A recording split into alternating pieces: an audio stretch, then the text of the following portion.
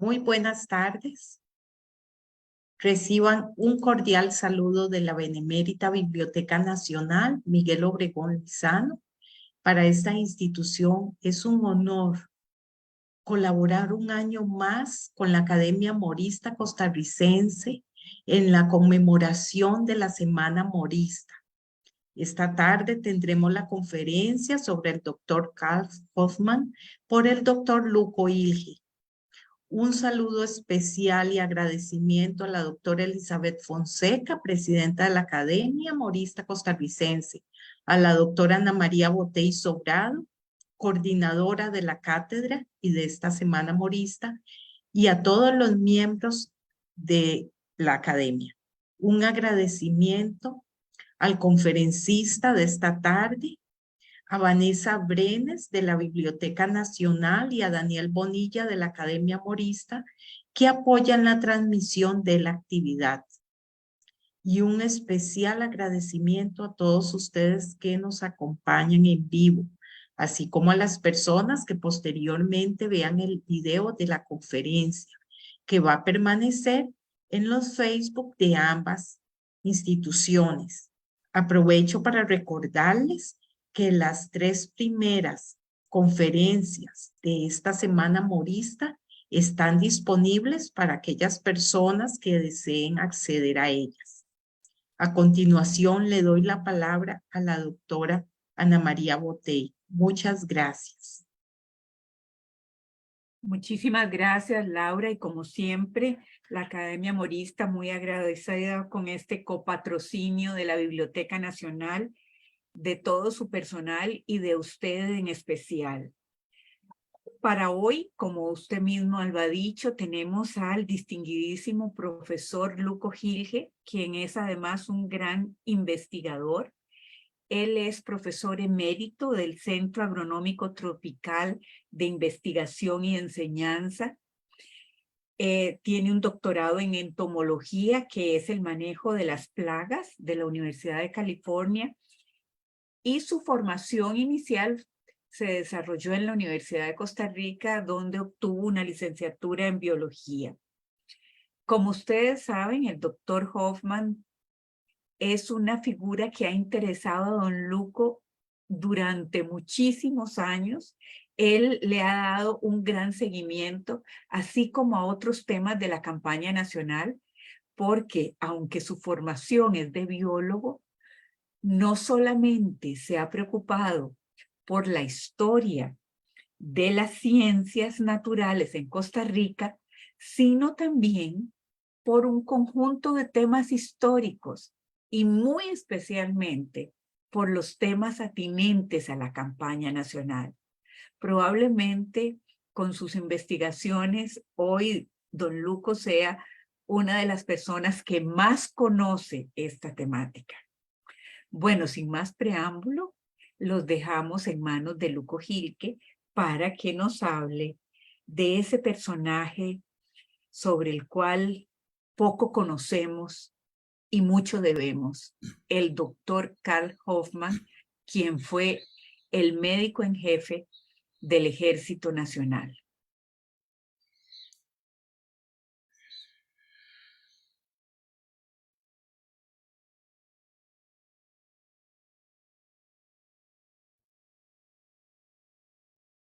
¿Se ve la presentación? No, todavía no. Todavía no. Vamos a ver entonces. ¿Ahí? Sí, ya ahora sí. Excelente.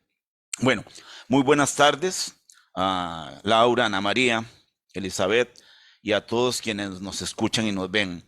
Lo primero es dar un agradecimiento a la Biblioteca Nacional y a la Academia Morista Costarricense por invitarme a dar esta conferencia, esta charla, que para mí es realmente un deber cívico.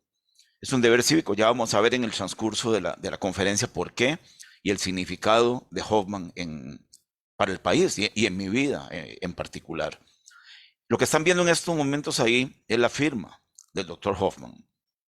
Es la firma que está estampada en una carta que verán posteriormente, con la que él se comprometió a ir en defensa del país desde su misión de médico.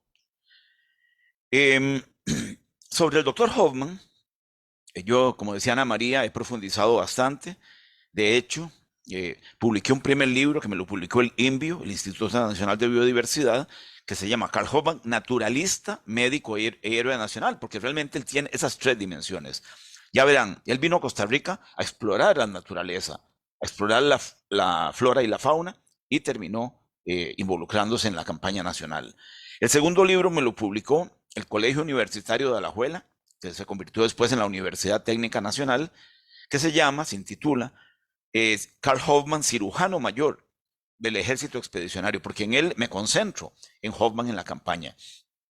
Y luego el Instituto Tecnológico me publicó este libro que se llama Trópico Agreste. Yo le llamo el libro gordo de Petete, como en la fábula aquella, porque son 860 páginas. Es un libro muy voluminoso en el que recorro el aporte de los naturalistas en el conocimiento de la flora y la fauna de Costa Rica, pero lógicamente que había que abarcar otras vertientes, otras dimensiones, y ahí hay mucho también de la campaña nacional. Y les anuncio de una vez que para diciembre viene un nuevo libro mío que se llama Carl Hoffman, médico y héroe en la campaña nacional. De hecho, ayer en la mañana lo recibí del Tecnológico para ya las artes finales, está diagramado, está listo, y la idea es que salga para diciembre. Les voy a decir después por qué. Tiene que ver con el hecho de que este año, el 7 de diciembre, el doctor Hoffman hubiera cumplido 200 años de nacido. Entonces vamos a hacerle varios homenajes. Y para mí esta conferencia es parte realmente de ese homenaje. A mediados del siglo XIX se vivía una situación muy tirante, muy tensa, muy convulsa en Europa, en las luchas por las libertades públicas contra las monarquías absolutistas. Y ahí eso causó una gran diáspora, una gran salida de alemanes que abandonaron Alemania por dos razones. Una, porque había un empobrecimiento general, sobre todo en las zonas rurales, pero también una gran represión. El ejército reprimió, la revolución realmente fracasó en gran medida y eso causó esa situación tan difícil. Entonces muchos de estos alemanes no tenían un futuro claro. Y es cuando el barón Alexander von Bülow, que era economista e ingeniero, con otra gente, crean en Berlín la Sociedad Berlinesa de Colonización para Centroamérica. De von Bülow no hay una sola foto, pero está la firma, que la pueden ver aquí arriba. Realmente esto era como una especie de válvula de escape para crear colonias en el istmo centroamericano y traer esas masas hambrientas, se podría decir tristemente, muy doloroso desde el punto de vista humano, para que labraran un mejor futuro en América Central. Primero hicieron un intento en Guatemala, en Santo Tomás, después en Bluefields, en Nicaragua, fracasaron. Un medio intento en Miravalles, en Guanacaste, también fracasa, y luego intentan hacer una en Angostura, en Turrialba. Angostura, para los que no están familiarizados, está para abajito del CATIE, donde yo trabajé 13 años, como decía Ana María. Laura es turrialbeña, por cierto. Ahí donde está el puente del río Reventazón. Ahí es Angostura. Y el gobierno de don Juanito Mora los apoyó mucho. Aprovecho para decir, esta es una imagen dibujada por el amigo Carlos Aguilar Durán, gran pintor y dibujante alajuelense, a partir del único retrato, bueno, no del único, pero hay 2 o 3 retratos que se conocen de don Juanito. Este es uno de él. Pero había algo muy interesante, y es que con la sociedad berlinesa, von Bülow era el líder, y había 2 funcionarios nada más. Franz Kurze, que era ingeniero, y Fernando Streber, que era abogado. Pero Fernando Streber había sido luchador en Berlín contra las monarquías, y en las luchas callejeras en Berlín estuvieron juntos Hoffman y Streber. Entonces Streber en determinado momento le dice a Hoffman que por qué no se viene para Costa Rica, que aquí hay una colonia alemana incipiente y que aquí puede labrar un mejor destino. Eso explica que en diciembre del 53 llegan a San Juan del Norte, en el Caribe nicaragüense, y ya en enero, a través de la zona de Sarapiquí, llegan a la capital estos 3 alemanes, Hoffman, Alexander von Francius, ellos 2 médicos, y venía con ellos, con ese grupo eran 101 personas las que venían en el barquito, en Antoinette, que era el bergantín, pero los que tenían interés en la naturaleza eran ellos dos y don Julián Carmiol, cuyo nombre original no era Carmiol, era Carnegie. Él lo adaptó para que la gente lo pudiera pronunciar y escribir, porque imagínense la complicación que esto era. Él se instala en San José. Bonfrancios se instala en Alajuela. Y da la casualidad de que vivía muy cerca de don Juanito. Este es un segmento del plano de don Nicolás Gallegos de 1851 de San José. Aquí está el Parque Central, que se llamaba Plaza Principal. Aquí está la catedral.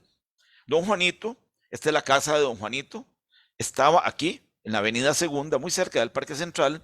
Hoffman, por las indagaciones que yo he hecho, vivía en este sector, lo que llamaban la calle de la Pólvora, que comunicaba, digamos, la catedral con la iglesia de la Dolorosa, que es esta calle. Yo hipotetizo que Hoffman vivía, y lo planteo en mi nuevo libro, con varias evidencias de que vivía en esta casa esquinera. Pero además, él tenía una botica del otro lado. Vamos a ver una imagen posterior. Aquí está. Vean que aquí dice, botica de servicio. Botica de servicio quería decir farmacia de turno. Se anunciaba una semana antes en la prensa para que la gente supiera a cuál médico recurrir o a cuál boticario. Y dice la del doctor Carlos Hoffman en la calle de la Independencia. Así se llamaba la calle esta que pasa al costado sur del Parque Central. Y esta era la casa donde atendía el doctor Hoffman. Como les decía, él realmente vino a explorar la naturaleza y él estaba muy feliz. Hizo una primera gira al volcán Irazú. Eso fue en mayo de 1855. Y luego hizo una al volcán Barba, de las cuales dejó un legado dejó un textos, relatos muy detallados, muy bonitos, que están incluidos en mi primer libro. Y él estaba muy feliz explorando la naturaleza, sin imaginar esto, que en el horizonte se cernía una amenaza muy grave. Era una amenaza para Costa Rica, es cierto, pero una amenaza también para esta comunidad alemana. Imagínense lo que es el dolor del desarraigo, de dejar su patria, para tratar de construir un futuro mejor y que lo que ellos podrían considerar como su tierra de promisión, ahora vivía la amenaza de un agente exógeno. Aquí está Walker, William Walker, el esclavista, la firma de él, la encontré en el Archivo Nacional, el cuartel en Granada, donde su oficina, aquí, donde está reunido ahí con varios compinches. Cuando ya la amenaza de invasión, porque era una amenaza de invasión a Costa Rica, era inminente, es cuando el 1 de marzo de 1856, don Juanito hace el llamado a las armas. Esa famosa proclama que dice, a las armas, ha llegado el momento que os anuncié. Este dibujo también se lo debo a Carlos. Don Juanito no era tan fornido, tal vez no era tan alto, pero son licencias artísticas, Carlos me lo explicaba así, para resaltar esa fuerza interna de don Juanito en ese momento de llamar a las armas, algo que significaba muchísimo para un país que nunca había tenido guerras con vecinos ni con nadie más. Ese mismo día en que don Juanito hace el llamado a las armas, recibe esta carta suscrita por 35 alemanes que vivían en la capital. Aquí está, vean la firma que les mostré al principio, donde dice doctor Carlos Hoffman. Esa carta está impresa por los dos lados, se escribieron por los dos lados, imposible de leer, pero aquí pueden ver ustedes cuál es el contenido. Vean que es muy lacónica, es una carta muy sucinta, pero muy directa. Y estos alemanes no estaban, para decirlo en palabras coloquiales, no estaban hablando paja. Estaban ofreciéndose a ir a defender a Costa Rica. La pregunta es, ¿podían hacerlo todos? No. Porque en ese momento se le daba prioridad a los solteros y a gente de cierta edad que físicamente tuviera las condiciones para ir a la guerra. Entonces algunos no calificaron. Por ejemplo, Franz Kurse, este ingeniero que a quien Costa Rica le debe mucho, Kurse era segundo ingeniero, pero al final no fue por esa misma razón. Fueron 10 los alemanes que efectivamente fueron a los frentes de batalla. Aquí en negritas marqué los 4 que murieron. Von Bülow, que fue el que vino con lo de la Sociedad Berlinesa de Colonización, era miembro del Estado Mayor, un puesto muy alto por sus conocimientos militares. Repito, Kurse era también, pero él al final no fue. Esto yo no lo sé cómo pronunciar, supongo que es Stupnagel o algo así. Era capitán Blottenberg, capitán Teodoro Schaffer, segundo armero. Quiero aprovechar esta lámina para destacar que en toda la documentación sobre la campaña nacional se habla de un combatiente que se llamaba Linata Esteva. A mí ese nombre nunca me sonó, pero bueno, así lo está en todos los documentos. El año pasado pudimos esclarecer que el nombre real era, seguro él decía, yo me llamo Leonardo, pero lo decía con acento alemán y le pusieron Linata, y Steller le pusieron Esteva. Y así, pero era Leonardo Steller. Aquí hay muchos Steller en el país, gente muy honorable. Tengo buenos amigos de la familia y hasta me dieron una imagen que aparece publicada en mi nuevo libro también.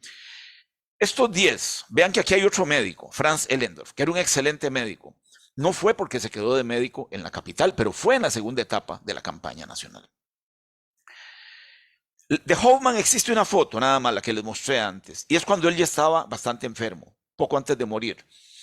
Pero ahora, como hay técnicas para colorear fotos, el amigo Eugenio Herrera Valharry, director del medio digital, la revista, gran amigo y muy gentil, me ofreció coloreármela y vean qué bonita que quedó. Pero vean lo que decía este combatiente de Hoffman. Un hombre que estaba en la flor de la vida, alto, galán, de barba negra, valiente como pocos, afectuoso y servicial, lo mismo con el presidente de la República que con el último soldado. Y no son palabras, no es retórica. Lo demostró con hechos y lo vamos a ver en esta conferencia. Fíjense que antes hablaban de que fueron 9,000 combatientes. Raúl Arias Sánchez, que esta semana Raúl dio una de las conferencias, ha hecho recuentos con fuentes más fidedignas y demostrado que realmente fueron 4,000. Que fueran 4,000 o 5,000, en fin. Pero ven, eran nada más 6 médicos. No para atender a una población de 4,000 personas, era 4,000 combatientes, gente que iba a la guerra y que de seguro iba a ser algunos heridos, otros se iban a enfermar de diferentes tipos de enfermedades y tenían que estar multiplicándose estos 4 individuos para poder sacar la tarea. Cruz Alvarado Velasco, lo marco aquí, Andrés Sáenz Llorente, Fermín Mesa Orellana, el nicaragüense Francisco Bastos Reina, Bastos, no hay foto lamentablemente de él, es más, no se conseguía el segundo apellido hasta hace poco, que don Guillermo Hidalgo de la Rocha me lo facilitó, lo cual le agradezco mucho, y un ayudante que era Carlos Francisco Moya. Y luego participaron Lucas Alvarado, que era de Cartago, no hay foto de él tampoco, y Alexander Bonfrancius, el amigo de Hoffman, en Sarapiquí no me voy a meter en eso para no desviarme del tema principal. Nuestras tropas salieron. Esta imagen a mí me encanta, es una imagen muy vívida, porque imagínense ustedes que la mayor parte de nuestros soldados, de esos 4,000 soldados, iban con alpargatas. Alpargatas, ¿verdad? Que eran como unas sandalias prácticamente de cuero. Y así recorrieron 125 kilómetros para llegar a Punta Arenas por el Camino Nacional. Quienes no lo hayan hecho, cuando tengan la oportunidad, visiten. Ahí está el Camino Nacional en algunas partes de los Montes del Aguacate, en la zona de Desmonte. Imagínense lo que es recorrer hacer esa travesía, ¿verdad? Para poder llegar hasta Punta Arenas. Aquí algunos tomaron por tierra, pero la gran mayoría viajó en botecitos hasta el Bolsón y el Bebedero, ¿verdad? Que son puertos, bueno, eso le puede llamar puertos, puntos fluviales en el Tempisque, para después dirigirse hacia Liberia, donde se consolidó el ejército expedicionario. Recuerden que teníamos en Costa Rica un ejército convencional, pero el ejército que va a la guerra se llama ejército expedicionario, porque es el ejército convencional más la gente que fue reclutada, que ahí había, sí, efectivamente, mucho campesino, mucho labriego, mucho artesano, que le dieron forma a ese ejército. La primera batalla, el 20 de marzo, Jueves Santo, en la Hacienda Santa Rosa, es un episodio bélico. Debo esta imagen también a los amigos de estas fotos salieron publicadas en un libro que publicamos hace 2 años sobre Santa Rosa. Se llama Santa Rosa, paraje de biodiversidad y escenario de la libertad. En la batalla de Santa Rosa, entonces el médico es Cruz Alvarado Velasco. Hoffman no es médico en este batallón. Alguna gente dice, eso no es una batalla, es una escaramuza, duró 14 minutos. Pero lo que hay que decir es que la hacienda Santa Rosa perteneció a don Agustín Gutiérrez de Lizaorzábal, que era el suegro de don José Joaquín Mora, hermano de don Juanito. Y don José Joaquín era el comandante de ese batallón.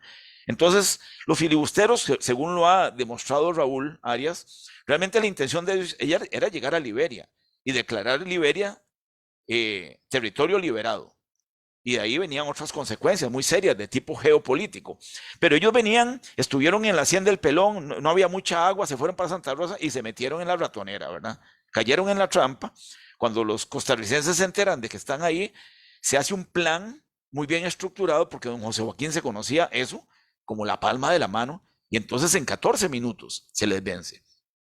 Y aquí hay más allá de las cifras, hay 26 filibusteros muertos, después 20 que son fusilados en Liberia, pero vean ustedes, hay 250 que se van en estampida. Eso revela que eran apátridas. Era gente que no tenía una patria que defender. Ellos venían porque Walker les ha ofrecido tierras, les ha ofrecido dinero y la posibilidad de portar armas de por vida y otras prerrogativas. Entonces, cuando uno no tiene un arraigo con su tierra, con su gente, no sé, cuando ve las cosas difíciles, pone pies en polvorosa, se espanta y ven, sí, la mayor parte del ejército filibustero corrió hacia la frontera con Nicaragua. Ahora, había heridos, hubo muertos nuestros, 20 muertos, 31 heridos, había que atenderlos. Imagínense lo que es. Era una noche de luna llena. Y mandaron unos emisarios a comunicarle a don Juanito en Liberia que habíamos ganado la batalla. Imagínense, 40 kilómetros por aquellos campos guanacastecos bajo una hermosísima luna llena, como aquella que don Jesús Bonilla le cantó Luna Liberiana. A las 2:30 de la mañana, don Juanito se entera de la victoria, redacta unos comunicados lamentando la muerte de los que murieron, felicitando a las tropas y dice, el doctor Hoffman va para Santa Rosa para auxiliar al doctor Cruz Alvarado, y así lo hace. Hay mucho que decir de Santa Rosa, pero en esta presentación nos quedamos aquí. Nuestro ejército días después se enrumba hacia Nicaragua. Y la Virgen es un puerto lacustre, ¿verdad? Está a la orilla del lago de Nicaragua, y el 7 de abril, ahí sí hay una escaramuza, es un enfrentamiento corto con los filibusteros, y ahí viene herido el sargento Félix Jiménez, que era de San Juan del Murciélago. Yo siempre cuando doy conferencias de esto digo que ahora eso se llama la Cueva del Monstruo, porque ahí es donde está la sede del Saprissa. Yo soy liguista, dicho sea de paso. No, lo que quiero decir con esto es que, para los que no saben, el Murciélago era un barrio que comprendía partes de Tibás, partes de Moravia y partes de Guadalupe, pero la cabecera era San Juan, el actual San Juan de Tibás. El sargento Jiménez le habían pegado 2 balazos en la pierna. Hoffman tiene que hacer ahí la primera amputación. Miren, cuando yo me involucré en esto, yo decía, ¿cómo hacían una amputación? Y consulté con médicos amigos y me decían que en esos tiempos no existían los anestésicos todavía. Entonces, a la gente para anestesiarla, lo que hacían era emborracharla y después ponerle un paño, un trapo con alcohol en la boca para que no gritara del dolor que significaba una amputación. Y no solo eso, sino que la amputación, lo que llaman de articulación, que puede hacer, ¿verdad? En la articulación el de un dedo, ¿verdad? De la mano, o puede del codo o de una rodilla, se hacía con hacha o con sierra, así de burdo, así de burdo. Y luego para cauterizar, ¿verdad? Porque había sangrado, lógicamente, usaban aceite hirviendo.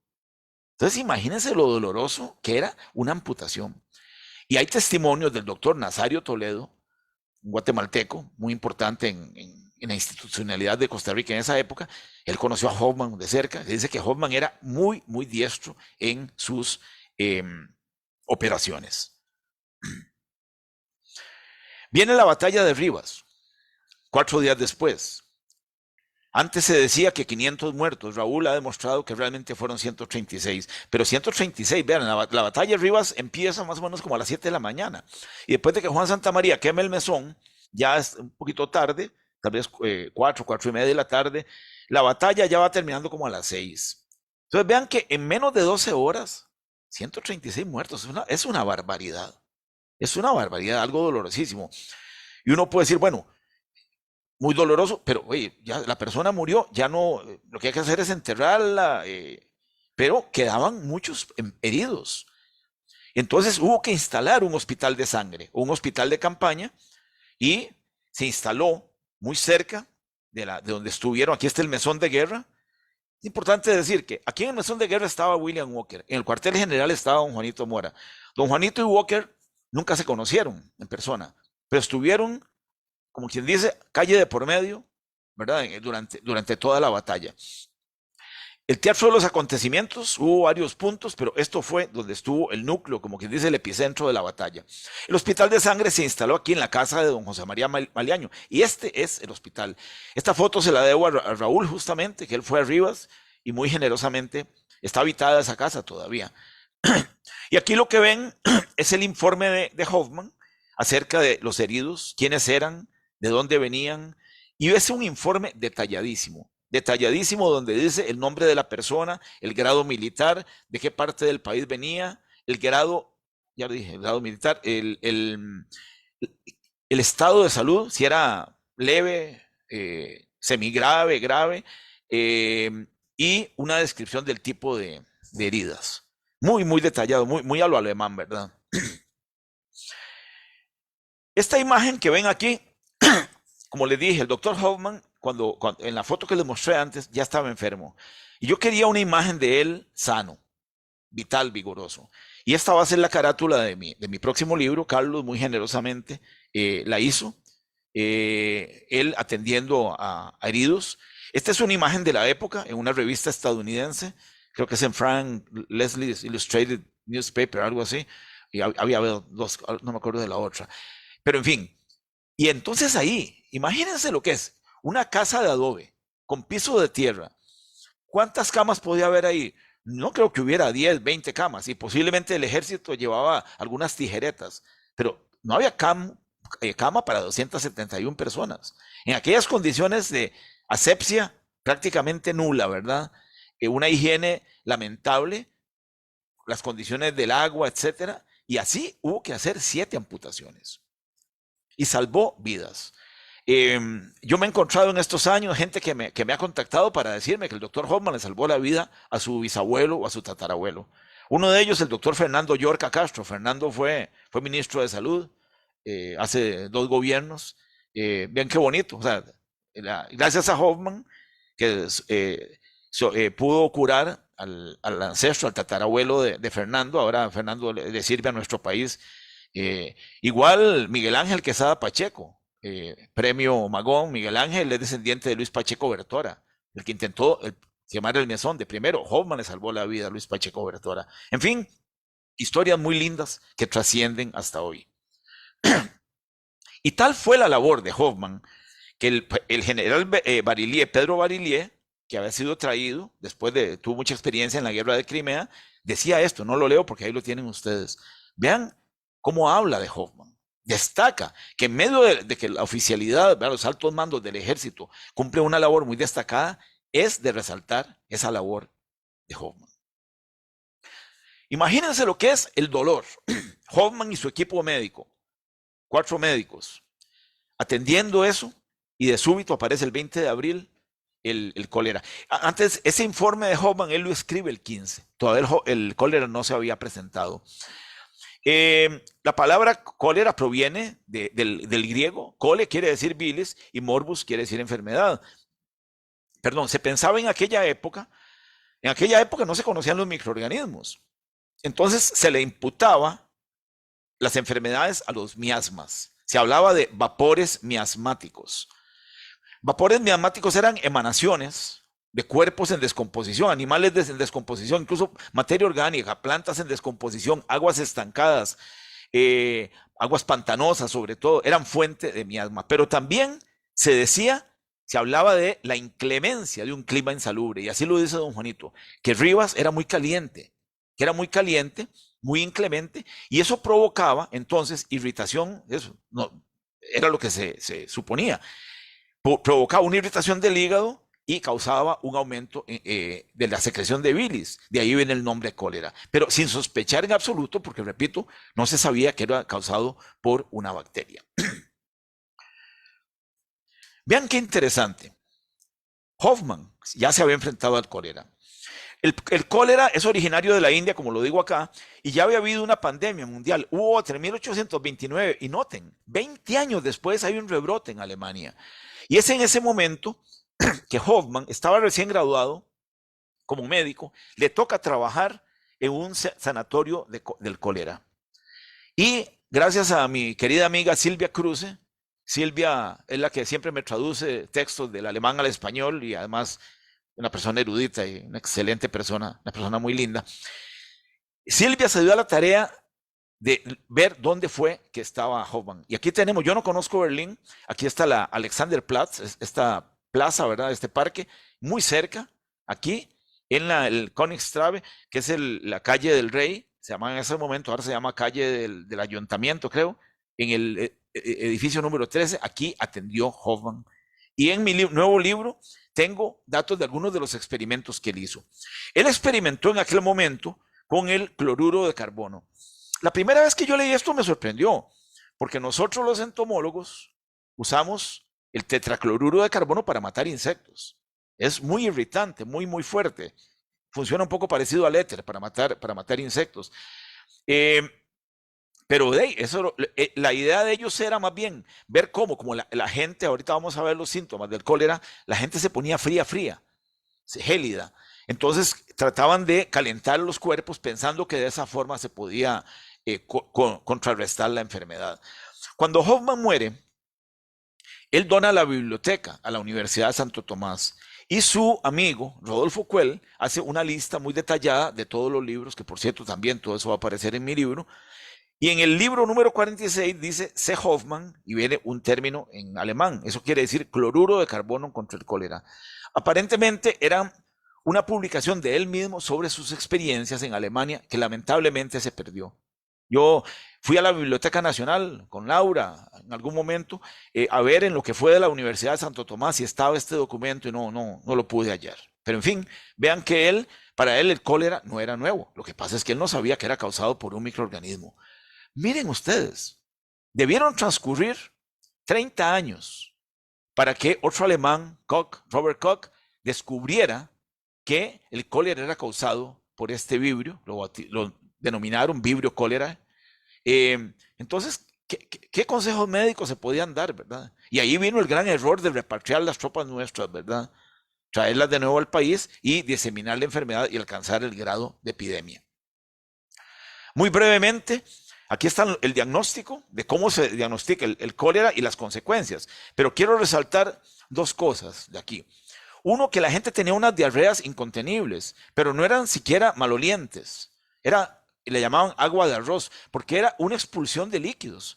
Era expulsión de agua del cuerpo junto con electrolitos, sodio, potasio, magnesio. Entonces eran casi que incoloras e inodoras, ¿verdad? Y la piel no da calentura. Yo he visto publicaciones de gente que tiene una afección muy grande de temperatura o de calentura debido al cólera. El cólera no da calentura. Más bien, incluso es muy simpático porque en la literatura de la época se dice que tenían piel de hielo con Y, que era una piel de nuevo gélida, fría, ¿verdad? Y la muerte podía sobrevenir muy rápido, en menos de 12 horas, ¿verdad? Cuando las tropas nuestras regresan, el general Cañas y Hoffman se quedan en Nicaragua y se quedan repatriando a los heridos que se podían mandar por barco. Entonces, esto es en San Juan del Sur, esta es una imagen real, no es inventada. Aquí están nuestras tropas y las están embarcando rumbo a Punta Arenas.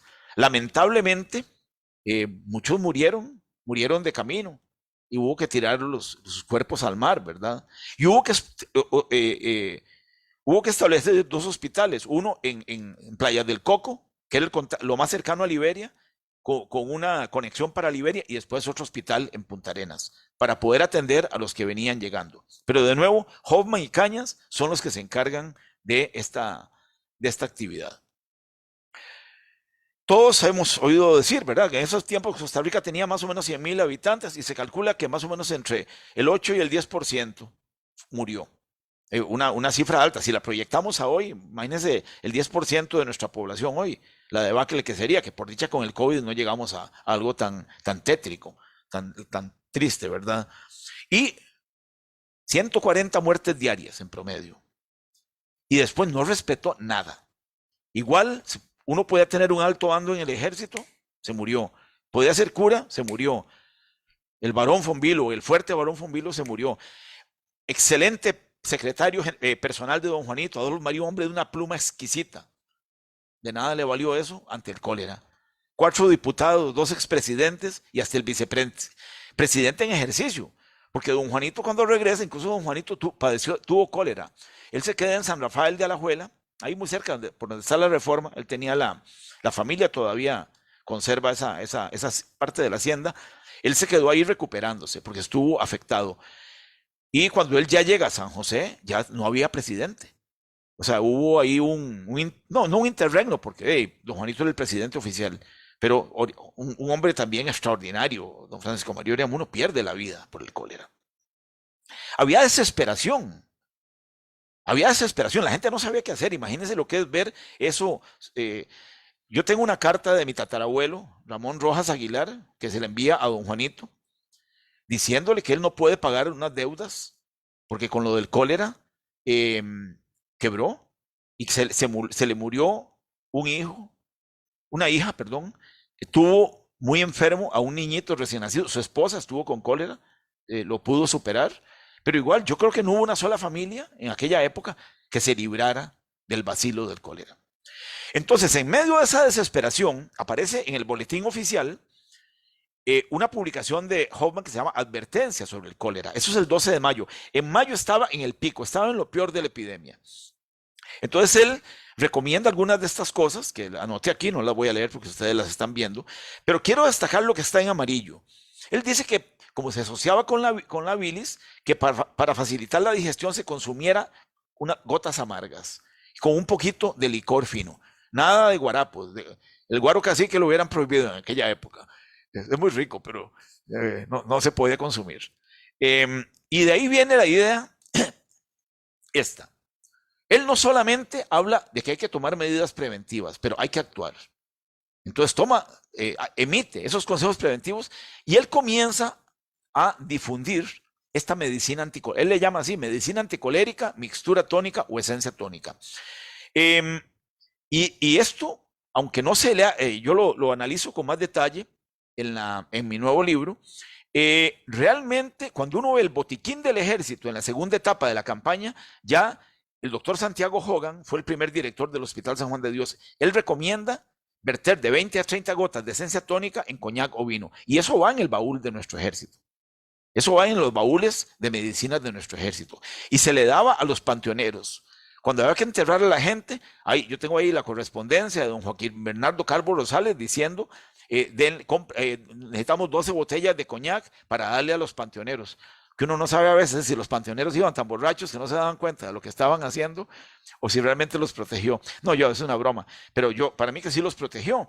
Y el doctor Leonardo Mata, lamentablemente fallecido ya, Leonardo demostró muchos años después que efectivamente el licor, con un licor fino o con limón ácido o con frutas ácidas, el bacilo del cólera muere en menos de 1 minuto. El problema es que eso hay que consumirlo antes, porque tiene que haber un medio que sea ácido en la boca para que mate al bacilo o el alcohol para que lo mate. Una vez que entra, el bacilo libera un cristal y ese cristal es donde está la toxina que causa todos los problemas. Entonces ya ahí no se puede hacer nada. Si una persona, ya la bacteria entró hasta el intestino, adiós. Pero si se pasa antes, entonces mucha gente consumía eso y de seguro se salvaron muchas vidas gracias a esta medicina creada, inventada por el doctor Hoffman. Él dice, vean, si se sienten mal, vayan al Hospital San Juan de Dios, que recién se había abierto. En esos días se había abierto el Hospital San Juan de Dios, no había muchas camas, las acondicionaron gracias a unas señoras, ¿verdad? La esposa de don Juanito y algunas otras, pero él atendía en su casa. Y aquí está este testimonio del boletín oficial. Vean ustedes. Y eso era en la casa de él. Y también atendía en su botica. Entonces él se entregó de lleno a esta situación. Y él mismo encontró un documento en que él reconoce, ojo, de que ya a mediados de julio el cólera ya desapareció como epidemia, que quedan ahí unos casitos aislados, pero que ya el asunto en esencia había pasado. Y es por eso que don Juanito, ojo, hay que decir esto, nosotros le ganamos la batalla como costarricenses a Walker el 11 de abril en Rivas, con un costo alto en vidas, en heridos y el cólera.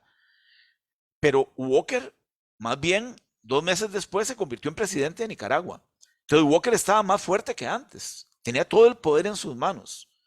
Y entonces, ya una vez superada la epidemia del cólera, don Juanito llama de nuevo a las armas. Pero esta vez se cambia la estrategia. No me voy a meter en esto porque ya Hoffman, bueno, ahorita vamos a hablar de eso. La estrategia es sobre todo ir al río San Juan, donde estaban ¿verdad? Fundamentalmente, San Juan del Norte, en el Caribe, del cual hablamos antes, después la Trinidad, en la desembocadura del río Sarapiquí, el Castillo Viejo y el Fuerte de San Carlos, que está a la entrada del lago. A tomar esos puntos, y en lo cual se tuvo éxito, no me detengo, por razones de tiempo, pero el punto es que Hoffman sufre una enfermedad indeterminada. También lo hablé con médicos. Hay un acta de defunción que la emitió el doctor Félix Olivela. Habla de un problema de la médula intestinal, así lo dice, médula intestinal. Y los doctores con los que consulté dicen que es con lo que se conocía de la época, es muy difícil saber qué era. Lo cierto es que, por ejemplo, vean las manos de él, las manos muy abotagadas, muy hinchadas, vean la papada, y él no era gordo. Por los testimonios que hay, era un hombre, como decía don Juan Blas Venegas, este combatiente, era un hombre alto que medía, don Anastasio Alfaro después, cuando exhuma los restos de Hoffman, dice que mide más o menos 1,80 m, era un tipo fornido, como lo dibujó Carlos, en la imagen que va a estar en la carátula de mi libro, de mi nuevo libro. Entonces, él, véanlo aquí claramente, vean el deterioro de la firma. En la carta del 1 de marzo del 56, la firma en Rivas, y ya después, estas firmas como del 58, y esto ya es en el testamento. Vean la deformidad de los trazos de él, porque él ya tenía las articulaciones, las manos, como diríamos en el lenguaje popular, agarrotados, tiesos, y ya no podía escribir. Ante esa situación, ya no podía escribir, no podía ejercer su profesión. Y el médula espinal, pero sí decía el otro señor médula intestinal. Fíjense que el Estado le debía 2,700 pesos. Él pagó de su bolsillo muchos de los gastos en Rivas, los gastos de sus ayudantes, pensando que después se le iba a reembolsar. Y en efecto, el gobierno honró esa deuda, pero él murió y no le habían pagado todavía la deuda que se le tenía. Sin embargo, don Juanito, con una gran entereza, dijo que había que darle una pensión vitalicia de 50 pesos, la cual efectiva a partir del 1 de marzo de 1858. Y el general Cañas, como intendente general, la rubricó, se la aprobó el Congreso, pero la pudo disfrutar muy poco, realmente. Ya vamos a ver por qué.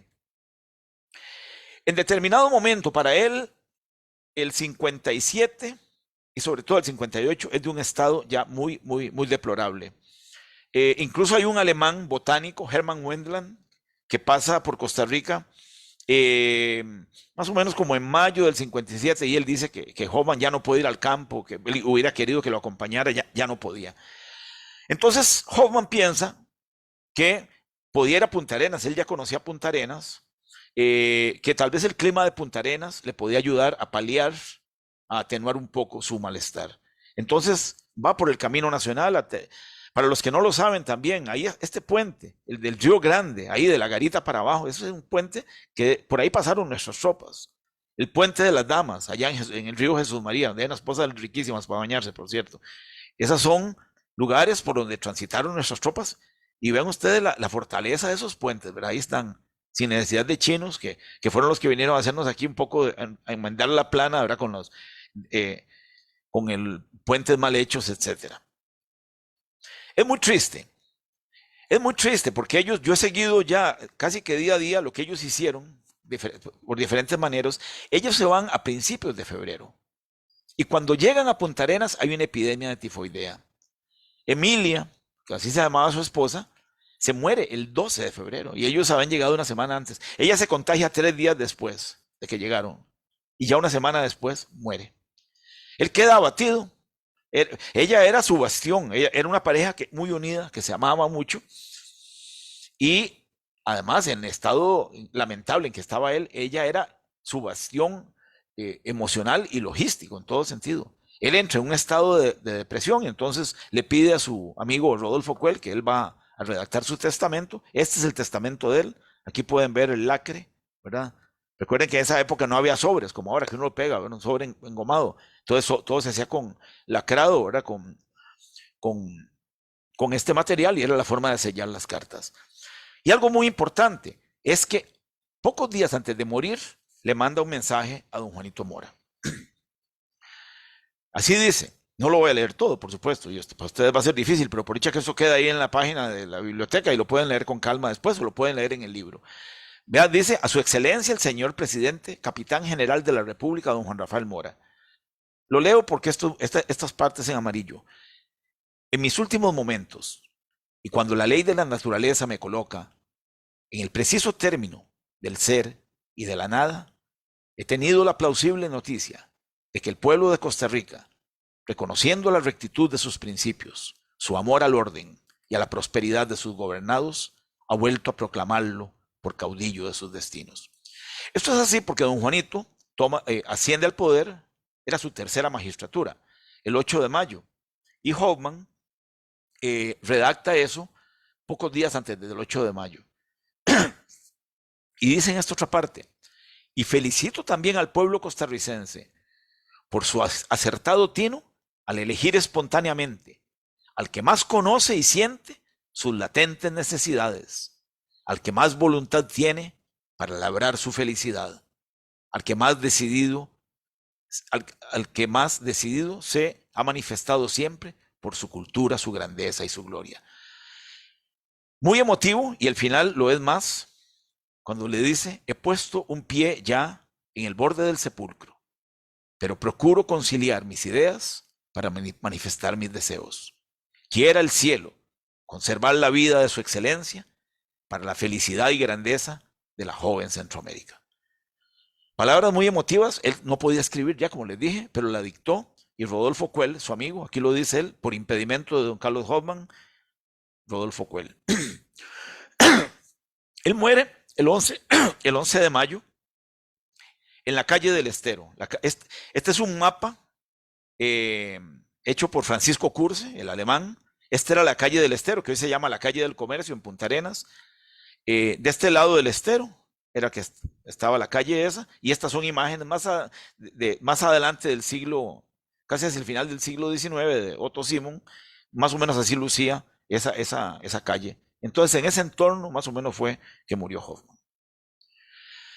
A todas estas, vean que don Juanito sube el 8 de mayo, como les dije, y ya el 14 de agosto lo deponen, lo derrocan, y sube a la presidencia José María Montealegre. Don Juanito sale en el vapor Guatemala, que era capitaneado por John Doe, que era amigo de él, un capitán estadounidense, que hacía servicios desde Panamá hasta San Juan, hasta el puerto de San José en Guatemala, y ahí salen hacia El Salvador don Juanito el general Cañas, don José Joaquín Mora y don Manuel Argüello Mora, que don Manuel era sobrino de don Juanito, pero fue su hijo prácticamente, porque él fue el que lo crió, era huérfano de padre. Y luego viene la batalla de Angostura. Anoche yo andaba dando una conferencia en Punta Arenas, en la Universidad Técnica Nacional. Fue un viaje un poquito atribulado, porque con lo del cierre del puente del Barranca, duramos 4 horas de aquí para allá bajo unos aguaceros. Y después de noche, pasando, ya nos regresamos a las 10 de la noche, y al pasar por allá en Angostura evocaba yo eso. Ahora hay luz, imagínense lo que es, porque fue exactamente hoy, ¿verdad? Fue un 28 de septiembre, como hoy. En esas oscuridades, quién se podía ver. Ahí tenían las fuerzas moristas, que ya don Juanito había regresado, tratando de retomar el poder, y tenían la famosa trinchera con cañones, pero las fuerzas del ejército fueron muy superiores. Además, calcularon mal las mareas, y no me voy a detener en eso tampoco, y por ahí fueron atacados, y ya 2 días después se decretaba el fusilamiento de don Juanito. Este es el jobo, el árbol del jobo. El jobo, para los que no lo saben, es un árbol, se llama Spondias mombin, es de la misma, es pariente del jocote. Todos conocemos los jocotes que son tan ricos. Bueno, el jobo se lo pueden comer también, pero no es tan rico como el jocote. Este es el árbol de jobo en el cual fueron fusilados don Juanito el 30 y el general Cañas el 2 de octubre. Este es un fragmento de ese árbol que se conserva. Aquí hay perforaciones de las balas.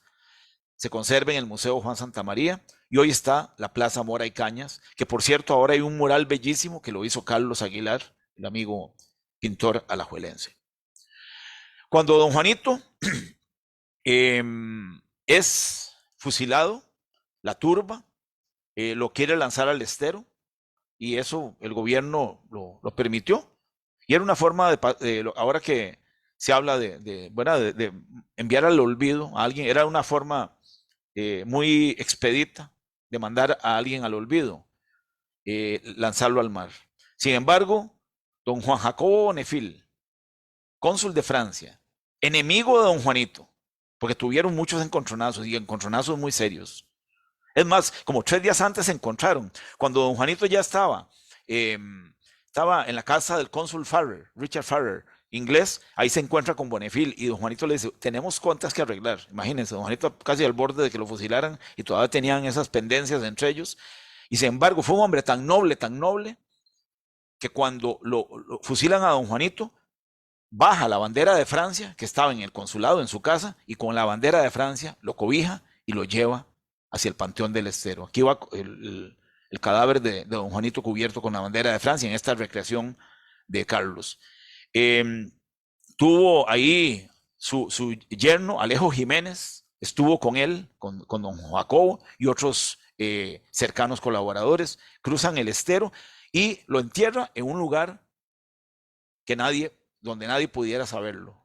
Para después, años después, pudo sacar los restos de nuevo, mantenerlos en su casa y darles ya vamos a hablar de eso, cristiana sepultura cuando correspondía. Y ya para cerrar, viene un acto que une a los que ya de por sí eran tan amigos, don Juanito y Hoffman. Cuando se erige la estatua de don Juanito, se inaugura un 1 de mayo, justamente para conmemorar, celebrar la rendición de Walker. En 1929, el 1 de mayo, se desvela la estatua de don Juanito. Entonces se acuerda en el gobierno de don Cleto González Víquez buscar los restos del doctor Hoffman en el cementerio de Esparza. Y es así como se rescatan en esta pequeña urna. Vienen los restos de Hoffman y de su esposa Emilia. Se les hace un entierro con honores de general de brigada. San José, eso es el 29 de abril, 2 días antes de lo de don Juanito. Aquí está don Cleto, junto con el alto mando del ejército, y se le entierra entonces en el cementerio general. De esa manera, Hoffman, que antes estuvo en Esparza, y don Juanito, que estuvo en el Panteón del Estero, pudieron tener por fin lugares dignos donde descansar. Esta es la tumba de Hoffman que yo me encontré, que me incitó a interesarme en su vida. Esta es como estuvo el día del homenaje que le hicimos cuando publiqué mi primer libro, gracias a la colaboración del INVIO, y también de varias otras entidades, ¿verdad? La tumba de don Juanito, que supongo que todos o casi todos conocemos. Entonces, por eso digo esto: nacidos en lugares tan distantes, muertos en Punta Arenas y hoy enterrados dignamente en San José, fueron 2 hombres a quienes el destino uniría en una causa sublime: la defensa de Costa Rica ante la agresión filibustera. Y así se convertirían en figuras señeras, quienes desde el pasado nos siguen guiando y enseñando con visión y vocación de futuro. Es decir, en genuinos inmortales. Muchas gracias.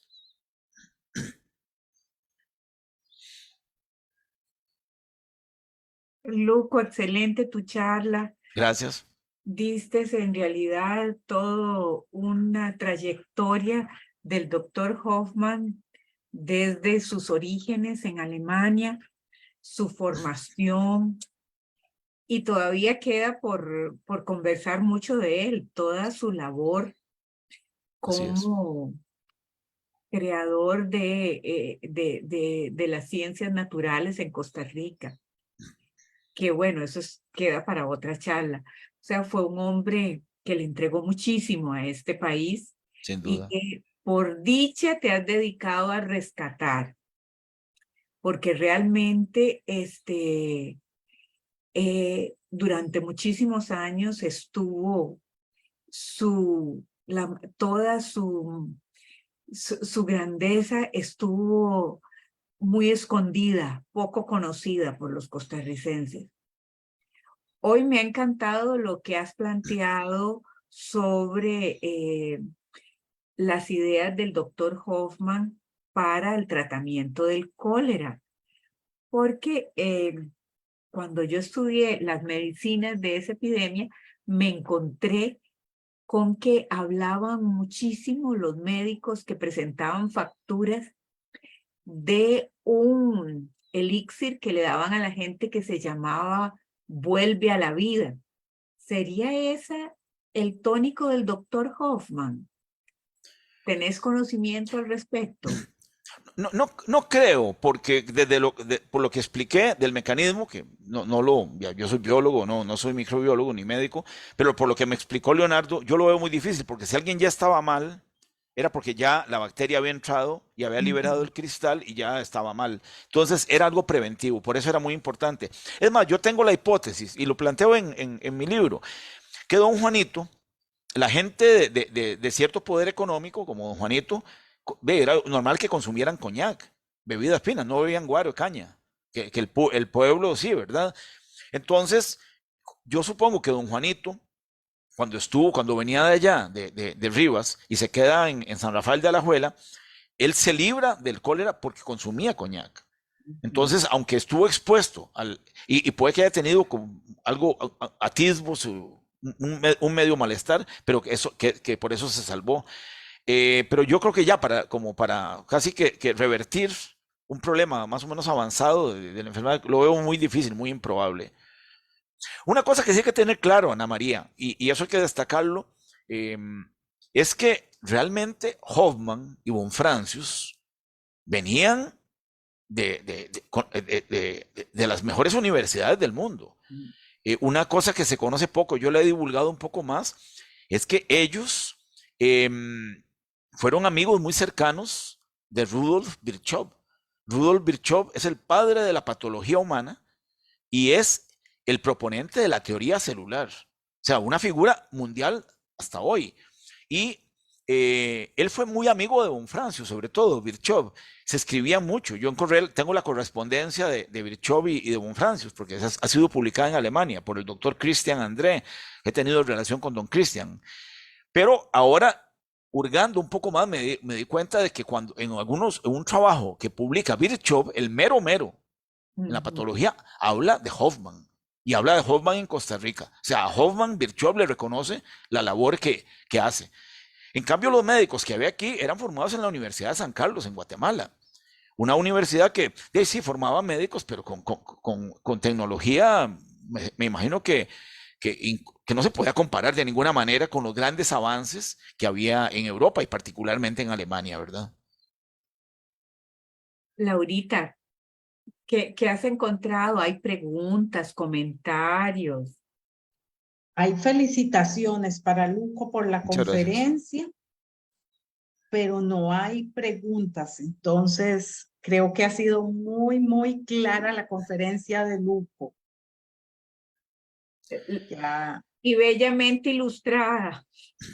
Sí, yo me esmero mucho siempre en eso porque soy fanático de las imágenes. Pero déjenme, ya que no hay preguntas, sí comunicarles esto.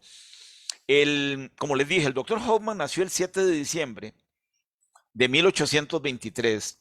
Entonces, este año cumple 200 años de nacido.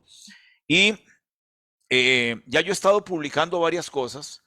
Pero la esencia del homenaje de él va a ser la publicación del libro, que repito, el tecnológico, la editorial tecnológica me lo va a publicar, que repito, esperemos que esté para finales de noviembre, principios de diciembre.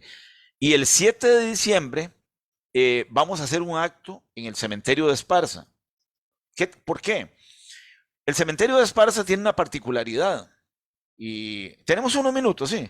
¿Laura? Sí, claro. Ah, bueno, perfecto. Por supuesto. Porque es importante comentar eso, porque en aquella época a la gente pobre la enterraban en el Panteón del Estero, que fue donde enterraron a don Juanito y al general Cañas.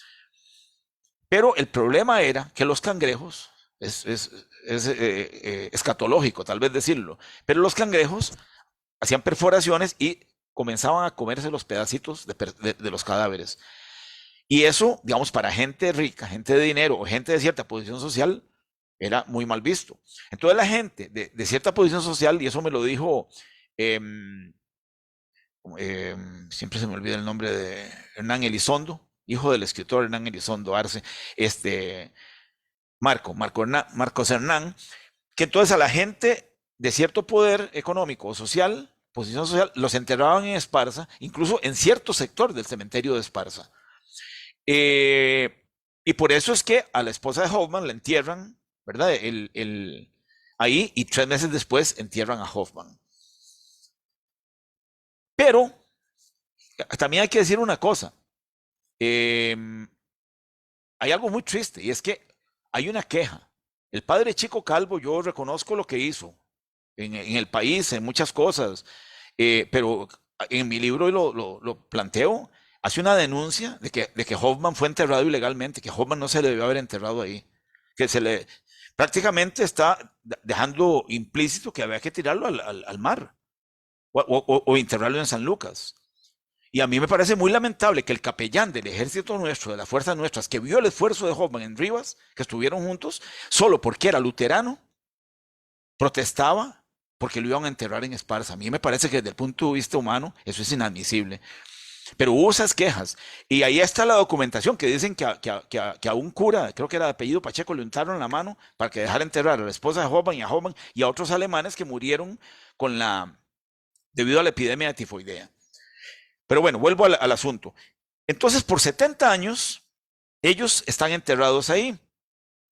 Cuando se traen los restos, no quedó nada de Hoffman, no quedó absolutamente nada. No hay ninguna evidencia de que ahí estuvo enterrado el doctor Hoffman. Esa ha sido una inquietud que he tenido por muchos años. Y entonces ahora organicé, vamos a estar juntos con el grupo La Tertulia del 56, la Universidad Técnica Nacional, la Municipalidad de Esparza y la Asociación para la Cultura Esparzana. Las 4 entidades vamos a hacer un acto el 7 de diciembre para colocar una lápida en el punto. Ya la tumba, el espacio está ocupado, pero a 1 metro de distancia hay un espacio de más o menos 3 metros cuadrados y vamos a colocar esa lápida, una lápida muy bonita. Ya me la están labrando, la fui a ver en días pasados. Y lo que hice fue hablar con gente amiga, y entre varios vamos a pagarla. Y el 7 vamos a hacer un acto abierto a todo el país, ¿verdad?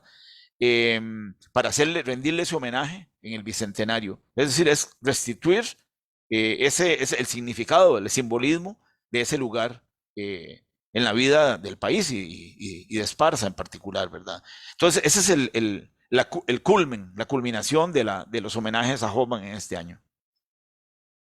Quisiera agregarte, Luco, que la Academia Morista Costarricense está haciendo todos los esfuerzos posibles para que la Caja Costarricense del Seguro Social coloque el nombre del doctor Hoffman a una clínica de la zona norte, que está sin nombre todavía. Ya se enviaron las cartas y se pidió audiencia para justificar ese nombramiento precisamente en el bicentenario de su nacimiento. Estamos en esa tarea y me parece magnífico lo que están proponiendo para el 7 de diciembre. Sí. ¿Querías agregar algo, Luco? No, Elizabeth me había comentado y me alegra inmensamente, por supuesto. Más que merecido, ¿verdad? Porque es un hombre que ha dejado una huella imborrable, indeleble en el país, como decías, en el campo pero en el campo de la naturaleza. Yo publiqué un artículo en la revista Ciencias Ambientales que lo circulé la semana pasada. Hoffman es el primer, así lo llamo el artículo, el título, es el primer estudioso integral de la biodiversidad costarricense. Entonces uno dice, y a mí eso me sorprende, fíjense que Hoffman llega en enero del 54, puede investigar, digamos, en el 54, el 55. En marzo del 56 viene la guerra. Todo el 57 enfermo, el 58 enfermo y el 59 muere. O sea, los meses efectivos que él tuvo, yo creo que no llegaron ni a 30 meses. Y en 30 meses hizo esos aportes que uno dice, ¿cómo hizo? ¿Cómo hizo? Es realmente increíble. Entonces, no, es sumamente meritorio. Todo lo que podamos hacer para honrar su figura, como decía José Martí, ¿verdad? Honrar honra. Y yo creo que eso nos honra como costarricenses al reconocerle esas labores al doctor Hoffman. Bueno, ¿hay algún otro comentario, Laurita, o pregunta? No, nada. No, hay comentarios y felicitaciones a Luco. Bueno, dice que el dato del luteranismo de Hoffman es interesante, que Ana Virginia Trejo dice que hace unos años estuvieron en el cementerio general y Luco mostró todas las tumbas de los héroes y de la campaña nacional, que le encanta pues esta pasión y la manera de exponer. Entonces, muchas felicitaciones a Luco, que yo me uno porque es una conferencia muy llena de detalles y de imágenes que nos transportó, Luco, usted. No, ¿qué A he dicho? la faena A la época a la época y y al personaje. y al personaje y nos describió lo difícil que debió haber sido para él, ¿verdad? Con tan pocos recursos y con tantas limitaciones del desarrollo de la medicina en esa época. Claro, Así y es. en un lugar tan remoto también, o sea, es que realmente para él fue muy difícil y bueno, entregarse así al trabajo de tratar de salvar todas las vidas, así que Sí. Otro sí. personaje que también debiera ser benemérito de la patria. Sin duda, sin duda. Y Es tanto lo que le debemos. sobre este asunto de los curas, eso era, los católicos eran, y creo que todavía siguen siendo muchos, totalmente intransigentes con la gente de otras religiones. No aceptaban que ningún extranjero que practicara otra religión fuera enterrado en cementerios costarricenses. Eso obligó a los extranjeros a crear el cementerio de extranjeros. Así es. Entonces, y recuerden, todavía yo me acuerdo, en los años 60, ver aquellos cartelitos en las casas, aquí somos católicos. No admitimos propaganda protestante. No admitimos propaganda protestante. Sí. En mi casa había uno. O sea, ¿cómo ha costado abrir la mente, la tolerancia, el respeto a los otros? Y siguen siendo muy intolerantes un sector de los católicos y no quieren aceptar los derechos reproductivos de las mujeres, no quieren aceptar que los niños lleven una educación sobre la sexualidad, en fin, y hacen muy poco por los niños que ya están nacidos.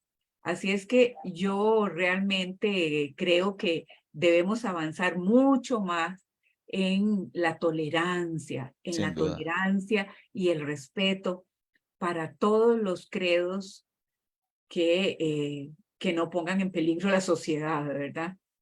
Sin duda, sí. Bueno, muchísimas No, gracias. yo les agradezco mucho, bueno, a ustedes, por, como decía al principio, por la iniciativa y a quienes nos han escuchado y visto y los que nos vean posteriormente, que por su atención. Y para mí esas cosas, como decía al principio, es un deber cívico, y además es muy agradable. Y a mí, el doctor Hoffman me ha enriquecido mucho la vida en muchos planos, en muchos sentidos. Y una de las formas más lindas ha sido justamente, he hecho tantas amistades, gente del mundo del campo de la historia, por ejemplo, con las que no tenía relación, y eso se ha ido diversificando, ensanchando, y para mí esto es tan placentero, tan rico, que paso en estas. Y me da una gran cosa. Mi esposa me decía un día, me decía, Luco, y todas esas cosas que vos haces, ¿vos crees que alguien las lea o las vea? Y le digo yo, mira, yo creo que, y se lo digo con toda sinceridad, le digo, yo creo que sí, que tal vez no son grandes cantidades de gentes, tal vez 10, 15, 20 personas, le digo, pero en todo caso, aunque nadie me leyera, ya, esta es la mejor medicina contra el Alzheimer. O sea, ahora que ponen a la gente de la edad de uno a hacer sudoku y esas cosas, no, ¿para qué sudoku? Si con meterse en estas cosas uno tiene la mente ocupada todos los días en cosas muy lindas, muy creativas, y ese es el mejor antídoto para el Alzheimer. Así que espero que me tengan por muchos años más, ¿verdad? Activo en estas cosas y les agradezco mucho a todos. Yo también agradezco muchísimo a la Biblioteca Nacional, a vos y a todos nuestros oyentes por esta magnífica presentación del día de hoy. Muy buenas Laurita, tardes a todos, entonces. Muchas gracias. Hasta Buenas luego. tardes muchas a Que estén muy todos. bien. Que estén muy bien.